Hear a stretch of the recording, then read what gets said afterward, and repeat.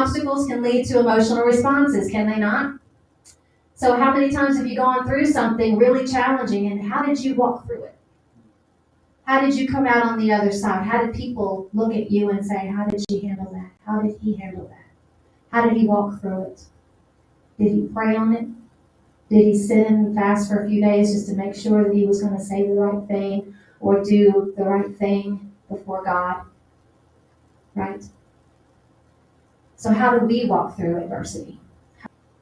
Genesis chapters 6 and 7 explains how God saw the wickedness and evil in the earth and even regretted that he had made man, but found favor in Noah. God gave Noah specific instructions to build the ark.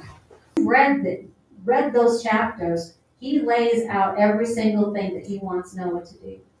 And Noah did it. He got the right wood.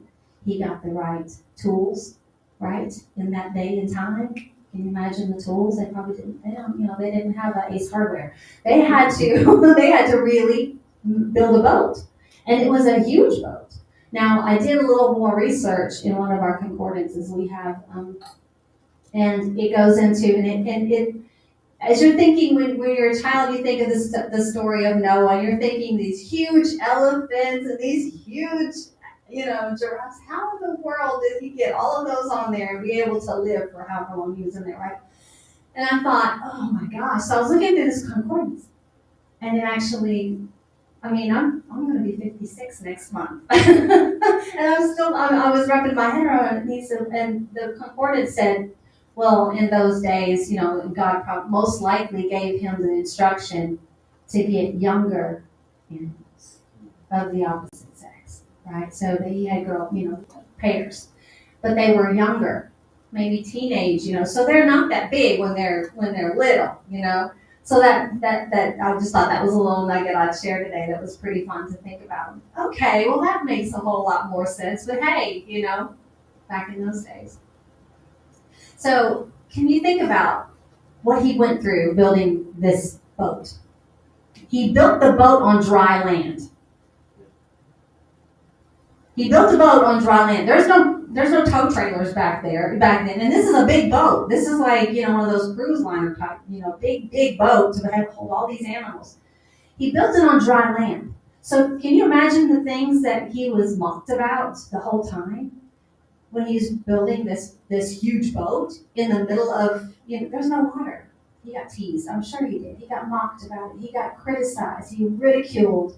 His family were the only ones who believed what God was telling him. Can you imagine building this boat too? It didn't have any steering mechanisms. It was just made to float. It was just made to float.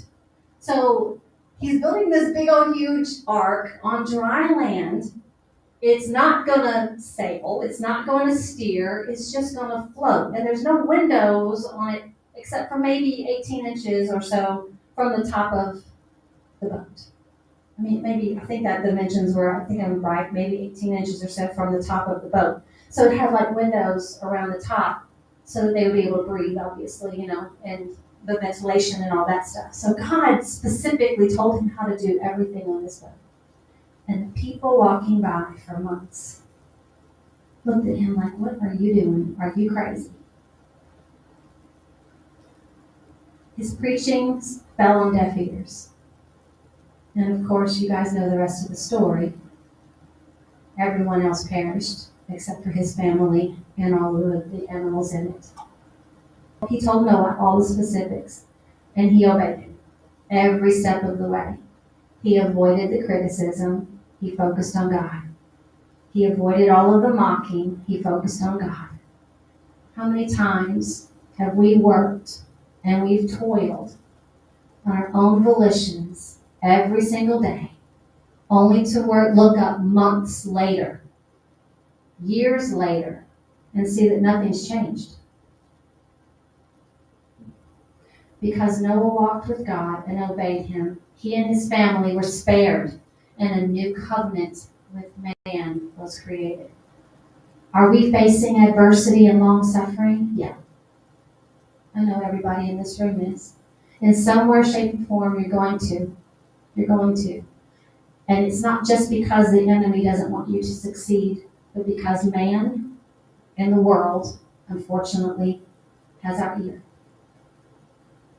This person's got this going on, and you want a part of that. You want to be this. You want to be that. You want to rise. You know what you're supposed to be doing. Maybe you have been called to something, and God knows what you're going to be doing, and you know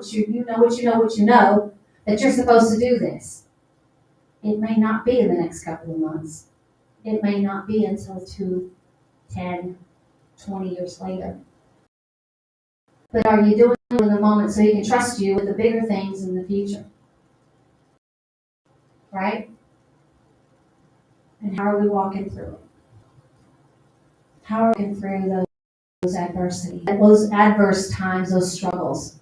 If you lean into God and you trust Him day by day, doing exactly what He asks you to do, He will bring you out on the other side. And it's typically, it has been for us, stronger than what it was before. You'll be stronger for it after the fact. Amen.